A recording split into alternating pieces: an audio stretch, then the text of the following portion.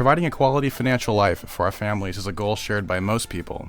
While there's no way to prepare for all the curves and bumps that we'll all face, there are some things that we can prepare for, and childcare is one of those things. Hello everyone, I'm Scott Killian, a certified financial planner practitioner, and throughout my 14 years in financial planning, I've had the opportunity to talk with new families on some things that they absolutely need to be aware of as they make financial decisions for their families. Today we'll be focusing on childcare expenses. This is Parent Savers, episode 89. Faster than a speeding toddler. Sit still for just a minute. Can soothe boo-boos with a gentle kiss. Would you get down from there? Able to clean poopy bottoms in a single swipe. Oh, what did you eat? Turning frazzled mommies and daddies into procreators of peace and harmony. Ah, quit touching me. It's Parent Savers, empowering new parents everywhere. Welcome to Parent Savers, everybody. We're broadcasting from the Birth Education Center of San Diego. Parent Savers is your weekly online on-the-go support group for parents from conception to kindergarten. I'm your host, John O'Reilly. Thanks again to all of our loyal listeners who join us week in and week out. And thanks also to those of you who are listening for the first time. As you may know, you can join our Parent Savers Club and receive access to special bonus content after each new show, plus special giveaways and discounts from time to time. And if you haven't already, please make sure to download the free Parent Savers app available in the Android and iTunes marketplaces so you can automatically have access to all the great parenting advice and conversation we have on Parent Savers every week. Let's start this week's conversation by meeting everyone who's joining us. I'll actually start. As you guys know, I'm John O'Reilly, and I have 3 boys. Quinter is not quite 7, but he's about to turn 7 in 3 days from when this is released. Whitaker is 4, and Zyler is 2. And now that I have 3 kids, I know why people forget the ages, because they're always turning different ages, and it's coming up. So, yeah, Andy. Hi, my name's Andy Loy, and we have a 6-year-old named Devin, and I'm here with my wife, Valerie. Hello. I'm currently a stay-at-home mom, and we're just raising our son. He'll be 7 this year. Nice. Yeah. And I'm Erin Esteves, a producer, also known as OG Mamacita. I have 1 little boy. He just turned 2, and I need sleep. Right. And money, right? And that's why we're talking to Scott. Well, I don't mean to. I would give up money for sleep. Right. More money, most sleep. Yes. Yeah. All right, Scott. Scott's joined us before, but he's our expert today. I'm Scott Killian, and I've got a 4-year-old boy, Alex. Nice. All right, well, welcome to the show.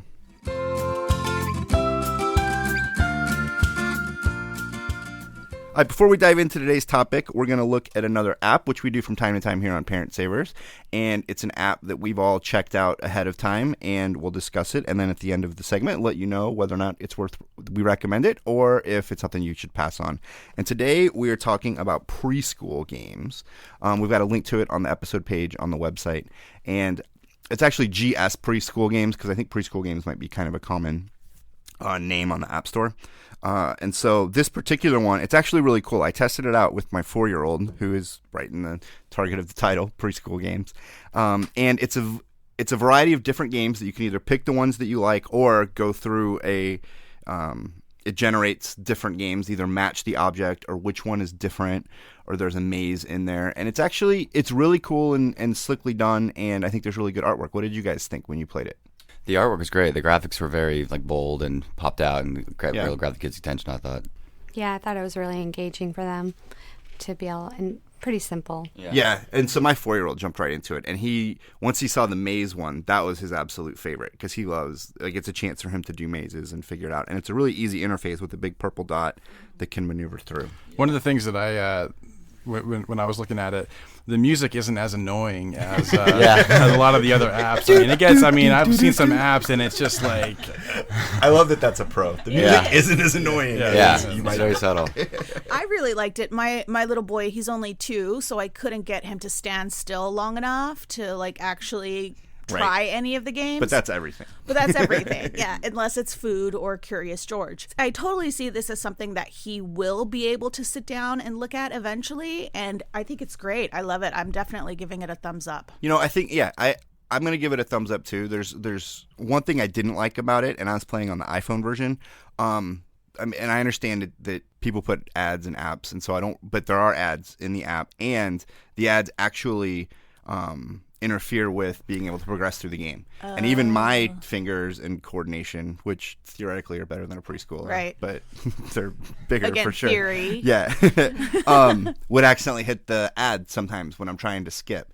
And I think that's something that I imagine if we bring that up or put it in the comments, even on the app, that's something that can be fixed. So I wouldn't want to ding it for that because I Yeah. think the content is educational enough. It's not just like there's find the difference. There's match shapes. Match games. You know, There's the there's mazes, yeah. there's enough of an educational component and a fun component that it's definitely worth recommending. So thumbs up from me. What do you guys think? I'll give it a thumbs up too. I think if they do the like usually a paid version, they remove the ads sometimes. I'm not sure on this game. Maybe that's what it was. Maybe I was checking out the free version and then there's also Yeah. a paid version. So that might help. Yeah. But yeah, I can see that. If you are playing the free version, just be careful about those ads because they're easy to accidentally click on. When even if your kid knows to push the red X to progress, the ad is blocking half the X. Well, that's why you have to make sure that your iTunes account requires a password Oh, so yeah. your kids don't accidentally order a bunch of stuff Yeah. when they hit that ad. We experienced that. Yeah. Yeah, so check it out. We've got a link to it on the website, Preschool Games. And thumbs up from Parent Savers. Thumbs up. Yeah.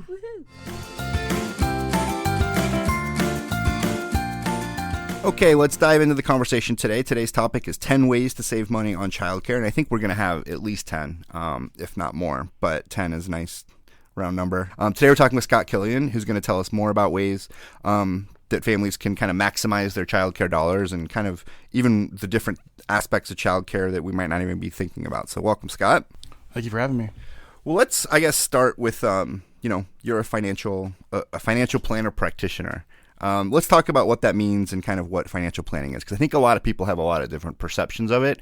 And so let's just talk about what it is that you do and kind of what you think financial planning means. Sure. Well, the financial planning process is nothing more than it's just a process of determining whether and how much an individual or family can meet their life goals through the proper management of their financial resources.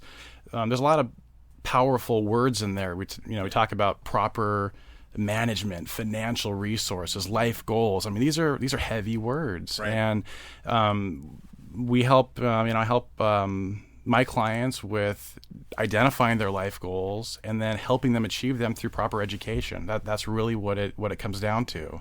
And so really the first step is kind of identifying, what it is you're even talking about or desiring to save for, if you will. I mean, Absolutely. yeah. It's the first step, and it's a very long step because it's something that not very many people are crystal clear on. And we know this because a lot of times they will make decisions that are counter to their life goals. Right. They will make decisions that are counter to what they tell us is really important to them.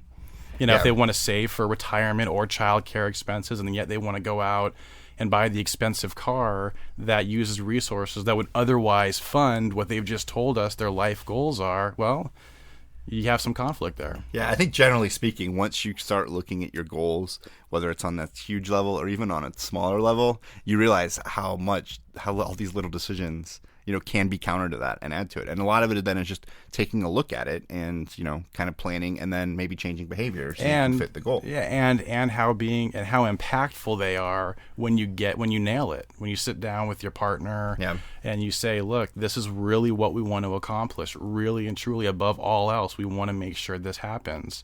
That communication is rare these days, I've found. So do you see a lot of parents or first-time parents or whenever babies are coming, do you have a lot of folks come in and that kind of changes their goals or that they're trying to set some things? Yes, they come in the office and throughout and just out in the community, they know what I do and the conversation inevitably comes up and it's, what do I need to do? It's a funny story.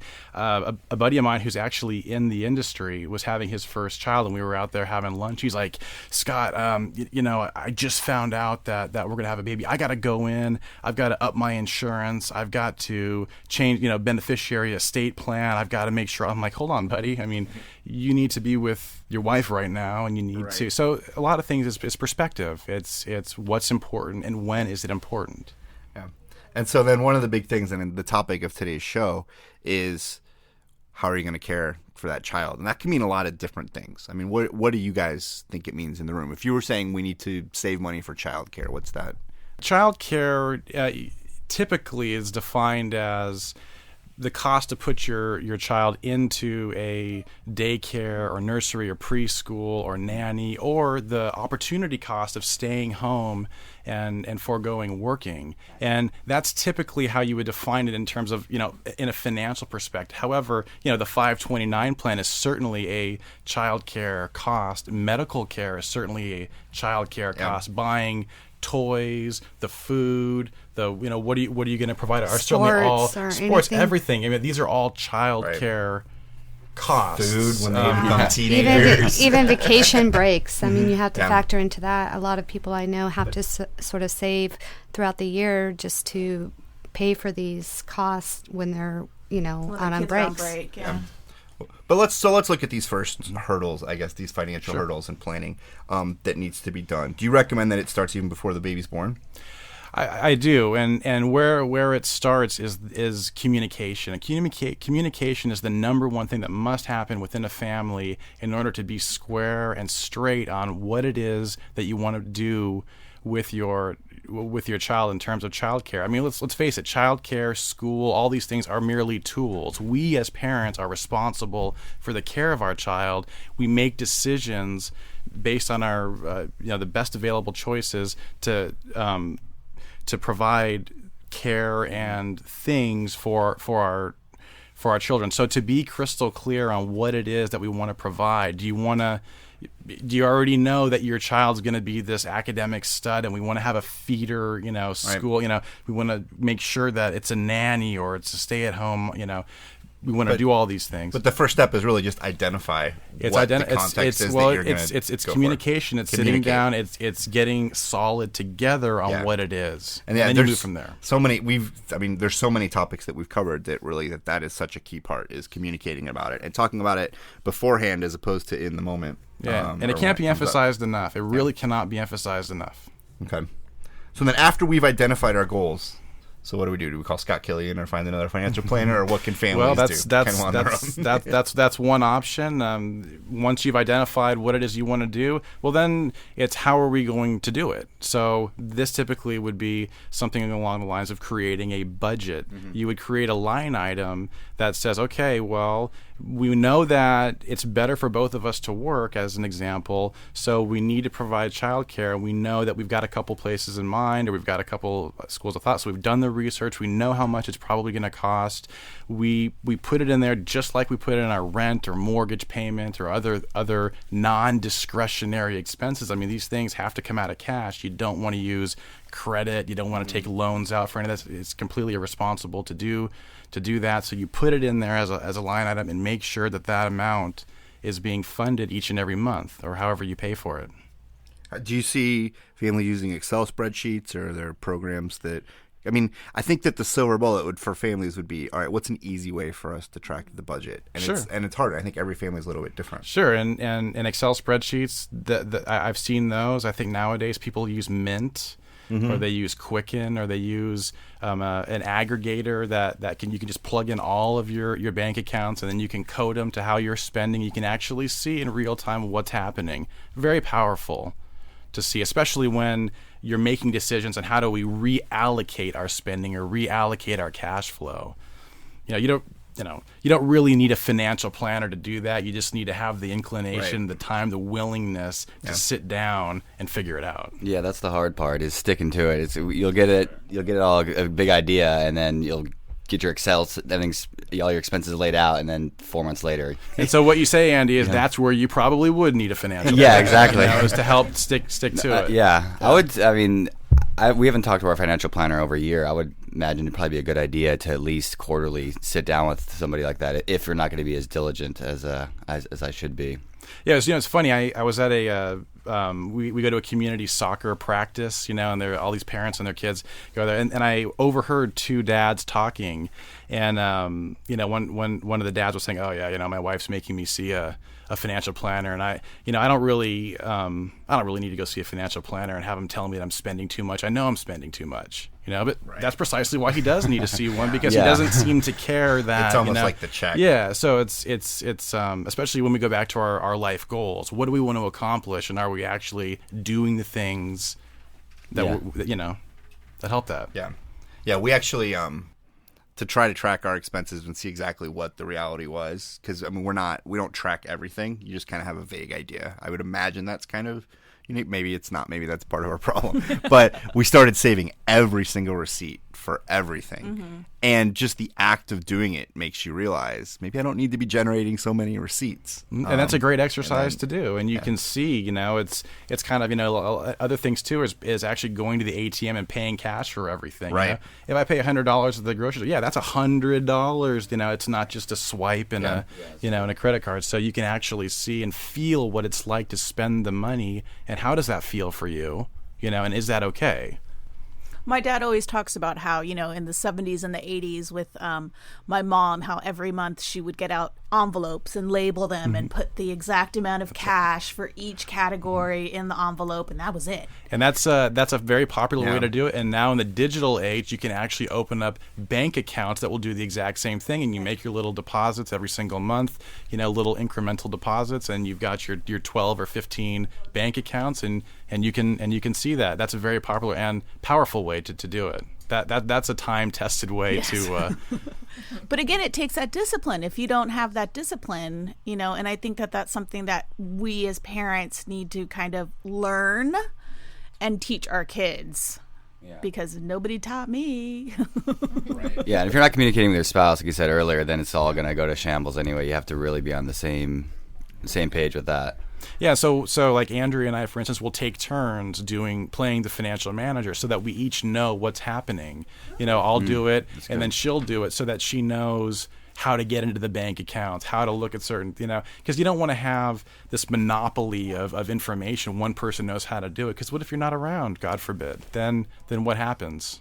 That's a great idea. Yeah. I like that idea. It's definitely, it's just so interesting how important this is and how easy it is to just brush under the rug. Oh, Yeah. And probably an overpriced rug. Right. Bought on credit. But it's Persian, and it looks nice in the living room, especially with the accented walls, right? Yeah. Well, It really ties the room together. It really nice. That's right. But so before we Good take call. a break, let's look at I guess let's identify from a childcare perspective what are some of the common goals that people might have, and then we can look at ways that people can save or incentives or tips that are kind of available. I think there's a ton of information to talk about. So I think that one is like you're doing, Valerie, is stay at home, like be able to stay at home with their kids. There's also send kids to daycare, and there's a couple ways to do that. That's a whole topic that we'll be covering soon as well. Then there's like live-in help. That's right. There's Nannies, au pairs. And then I guess there's just one-off babysitting that people could get. And, Well, let's not forget something. Some people may have access to this. Grandparents, right? And some of the help there. Huge. My mom was living in Albuquerque for a while, and I just moved her back in September, and this was the first time ever, that we've actually had somebody regularly wanting to spend time, and so. That's been a for real free. big for free. Yeah, absolutely. So let's not, it's funny because my dad actually probably was like, oh yeah, make sure that you talk about, the grandparents, because that could be a great, free way Excellent resource. to do that. Excellent It resource is. if you have it. And this idea of sharing too. So you may not want to or may not be within your means to fund a nanny, but you could get a group of people together that could do some Co-ops. nanny sharing, co-ops, Yeah. parent sharing, nanny sharing, grandparent, All right. etc. Let's focus that on the second half. But and I think that one thing with the grandparents, and we had a friend, it's all perspective, right? That, oh my gosh, the holidays are so busy. It's so hectic. I have so much I have to do. Like, she's telling this to Christina, like, I have to go over and drop the kids off at the grandparents again just so I can get the Christmas shopping done. And we're like, dude, because our grandparents don't live there. Like, so even when you do have access to those resources, or even if they are helping financially, sometimes you end up taking the hit otherwise and maybe spending more money or spending that money that you would have saved. So, all right, let's take a quick break and we'll talk about these specific tips about saving money on childcare.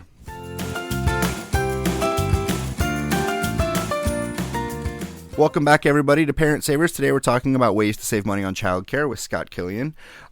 Let's start this segment off with a question from our listeners. Where did this one come through from, Aaron? This one we got from Facebook, and Nice. it's from Kathleen. Okay. And she is 7 months pregnant, and she's very worried because she's a single mom, or she will be a single mom, and she can barely make rent now. She's wondering, how does she save for childcare? Well, if her income is really low, then the governments will usually step in and help with some of this, and really what you look at here is 200% of the federal poverty level. Something around for a family of 4, I know it's like if you make like 47,000 or so. If she's single and one, it's going to be a lot less than that. They'll usually step in. You can the states. You can look at CalWorks and some of the social services areas to find subsidies for daycare. Usually the people will step in, and you can also look at some private foundations as well that specialize in this. I know Warren Buffett has one, and so you can go out and seek those resources. So she has access to a computer. You can Google any one of these things, and you can go out and just fill out an application, and she can do that. But then the other thing I would recommend to her is do a budget. Exactly what is she making and what does she have left over to contribute. Get crystal clear on her own financial position, and then see where other people can step in and help. Great. It's interesting. I wonder how many of those resources are available to, folks in Kathleen's situation that maybe she doesn't know about, but they're out there to help. But I have heard of things like flex spending accounts.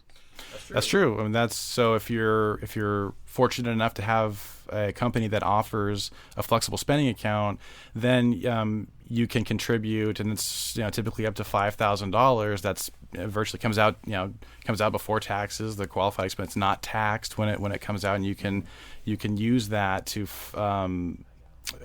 below kindergarten for those care expenses. Now that you have to weigh that against the child care dependent credit that you would get, which is $3,000 for one child or $6,000 of expenses for more than one. If you use your FSA, it kind of offsets the other. So the more money you make, and you have an FSA available, you're generally better off using that. The lower money that you make, you're typically and generally better off using the tax credit. So you kind of have to crunch the numbers and see what works out better for you. Or just not file taxes. Do you recommend that as a financial planner? New Mommy Media does not promote. I will take the fifth on that. Just kidding.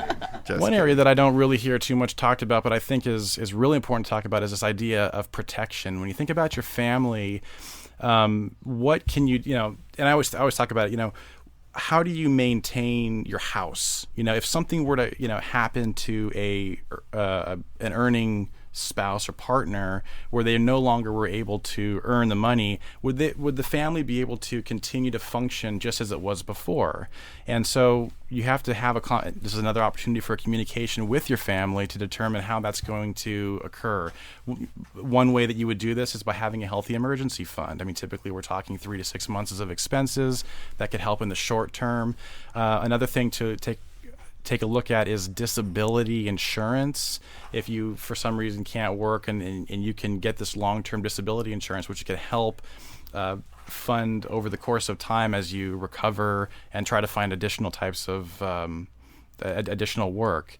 One of the easiest things that you can do is just take a look at your beneficiary designations on your retirement accounts. Is it the way that you want them? A lot of times, we live in an era where there's lots of ex-spouses out there and such, and sometimes the beneficiaries don't get changed, and we have problems there. So this should be checked on a regular basis. Make sure that everything is set there. Always have a primary and a contingent beneficiary. Get yourself tight there. And then finally, you'll want to look at your life insurance and make sure you're properly covered there, especially if you have young kids growing up. You probably have an insurance need. You want to figure that out and get the appropriate coverage there. Do you have any recommendations on the disability insurance, if it's not offered by an employer, or what that might cost per month? Well, it depends. Roughly. Yeah, it depends upon what you do, and you have to go through a certain round. So if you're part of any kind of organization, if you're, like for instance, if you're an accountant and you're part of Cal CPA or AICPA or financial planner and involved in NAPFA or FPA or so, a lot of times these groups will offer discounts on long-term disability. But you would want to talk to a competent broker and who deals specifically with situations that apply to you, and have them provide you with some quotes. Okay. Just a question about life insurance. I mean, do you recommend any specific term life insurance? Well, there's a case to be made for all different forms in general. If you're just looking for what I typically look for is just term insurance. You want the purest form of insurance to cover it, and that's typically through when your kids are no longer under your care. They're through college, and then you can stop that.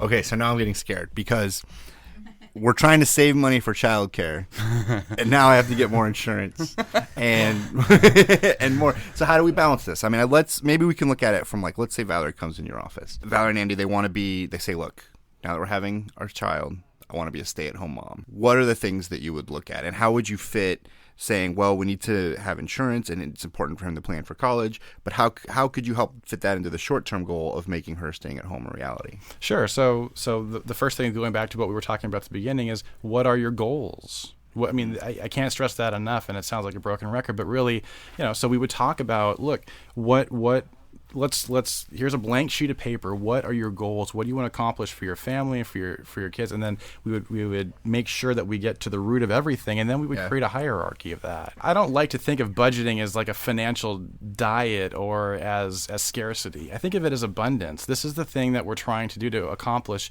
One of the greatest powers that we have is to use the dollar that we earn in some way. We can spend it, or we can use it to make more money, or we can use it to improve our quality of life, and that's what we want to do. So what we want to do is create this hierarchy, and with education, say, look, okay, Valerie, this is what you and Andy have said that are really important to you. This is what you've identified. Here's what the income that's coming in. So let's start making a plan. It's not going to happen overnight, but that's what financial planning. It's a plan. It's a process. It's a living and breathing.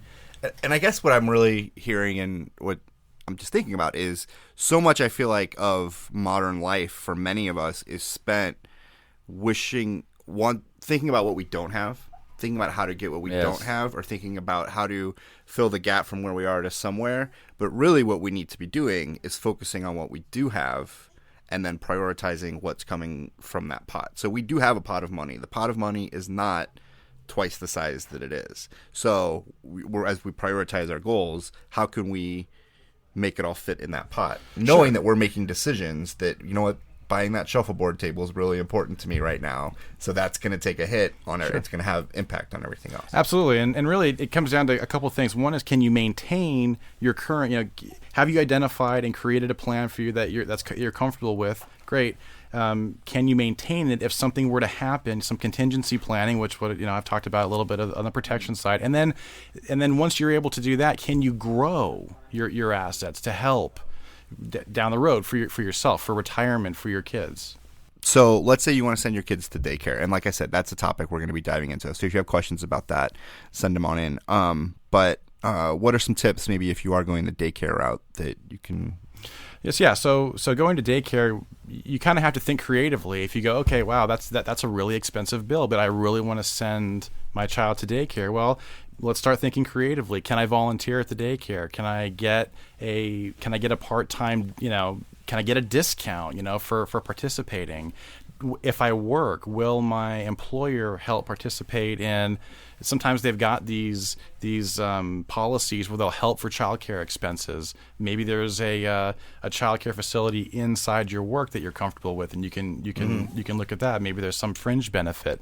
It really comes down to thinking as creatively as possible, seeing how you can participate, give a benefit to the daycare. They'll give you a benefit back, maybe. So and so the college where Christina works, they even offer deals on their childcare on campus, which is part of their program, to alumni.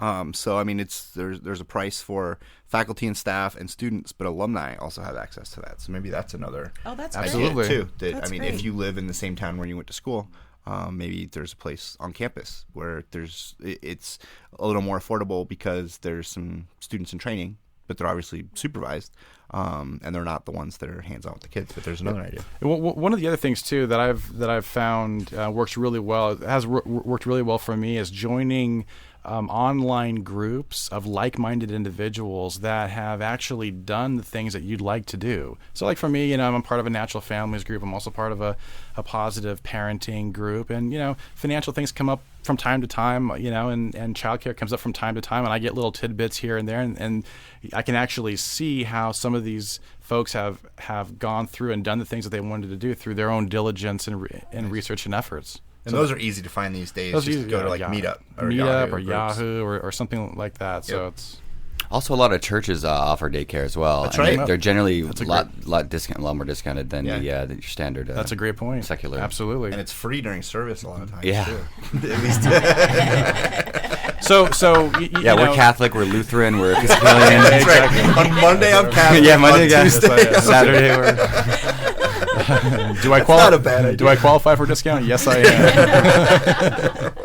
But I think this goes back to the question earlier of should we start doing this before the baby's born? Well, sure, before the baby's born, absolutely. You can start the research now. You can start the planning process now, and you probably have you probably have a little bit more time before the baby's born than you will after the baby's Yeah. born to do some of this stuff. So if Right. you're in that position, go for it. Yeah. We talked about utilizing grandparents, but another really interesting idea is sharing care. That for anyone that's priced out nannies or even au pairs, and there's benefits. And my brother-in-law in New York, they got an au pair, but she spent Christmas with us and she spent Thanksgiving with us. But maybe there's ways to share it with a family that all of a sudden cuts that expense drastically down. Absolutely, and this is through the online groups too. You can always just post a question or through a community. Hey, is anybody looking for certain care? We're going through this right now when Alex is done with his school. We need to find care for him, through the summertime. So we're trying to pool other parents, that to do this, to kind of do that. And that's it's just a discussion. It's just what you feel comfortable with. It is true. It's good to remember that, like you were saying, we're not the first ones that have gone through this. There's other people that have gone through it and have come up with We're not ideas reinventing and- the wheel here. And Yes. It's if you can find a group of people that you're comfortable with, friends of yours that have done that are like-minded, that you're comfortable and that you're confident, because you also have to vet these. A lot of times you'll hear a lot of garbage out there too. So Yeah, with all the social media, it's so much easier now to be able to group together and get like-minded people all together and share a common Sure. goal. And Well, one of the things I wanted to mention, I know we have tax planning on here, and I think that what's really important here is going back to communication. So you've got what do you want to accomplish for the family? So you've got potentially a flexible savings account. You've got potentially a dependent care credit. You've got a child care tax credit that you can use on the tax return.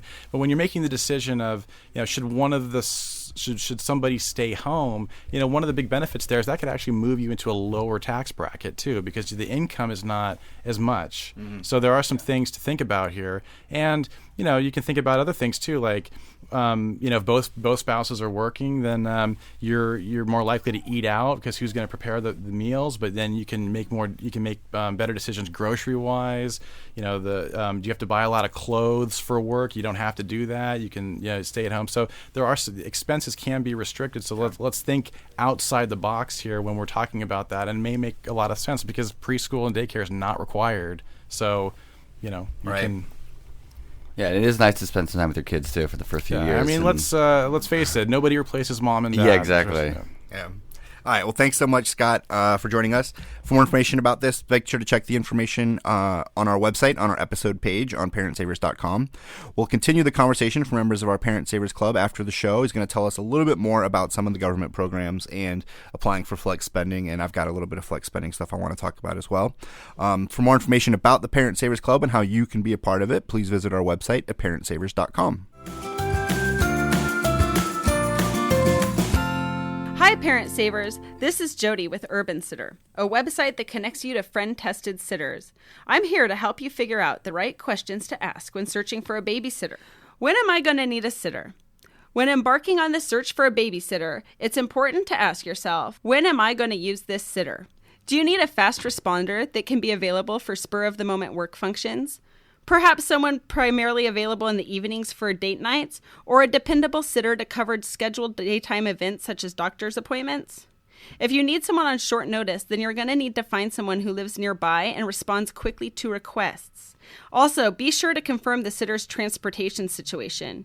You'll need to pick them up, or do they have a reliable way to get to your home? Some sitters are only looking for occasional work on the weekends, while others may be up for consistent part-time work. So set expectations up front so neither you nor the sitter is disappointed when a job is declined.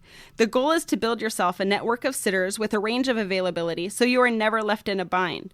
None of us should have to depend on one sitter. Let's face it, most babysitters are young adults who are still learning to be responsible. Look for a sitter who responds quickly to your emails or phone calls, and it's a good indication that they will show up to your babysitting job on time. Okay, Parent Savers, it's time to say hello to your old friend spontaneity. Visit urbansitter.com to find and book babysitters your friends know and love. That wraps up our show for Parent Savers today. We appreciate you listening. Don't forget to check out our sister show, Preggy Pals, for expecting parents, the Boo Group for moms who breastfeed their babies, and Twin Talks for parents of multiples. Next week, we're going to be talking about the legalities of parenting, some of the rights and responsibilities that parents have, and when they should start thinking about that. I guess we're starting off the new year with a lot of, making sure our financial and legal houses are in order. So thanks for listening. This is Parent Savers, empowering new parents. This has been a New Mommy Media production. The information and material contained in this episode are presented for educational purposes only. Statements and opinions expressed in this episode are not necessarily those of New Mommy Media and should not be considered facts. While such information and materials are believed to be accurate, it is not intended to replace or substitute for professional medical advice or care, and should not be used for diagnosing or treating healthcare problem or disease or prescribing any medication. If you have questions or concerns regarding your physical or mental health or the health of your baby, please seek assistance from a qualified healthcare provider. Hey, mamas.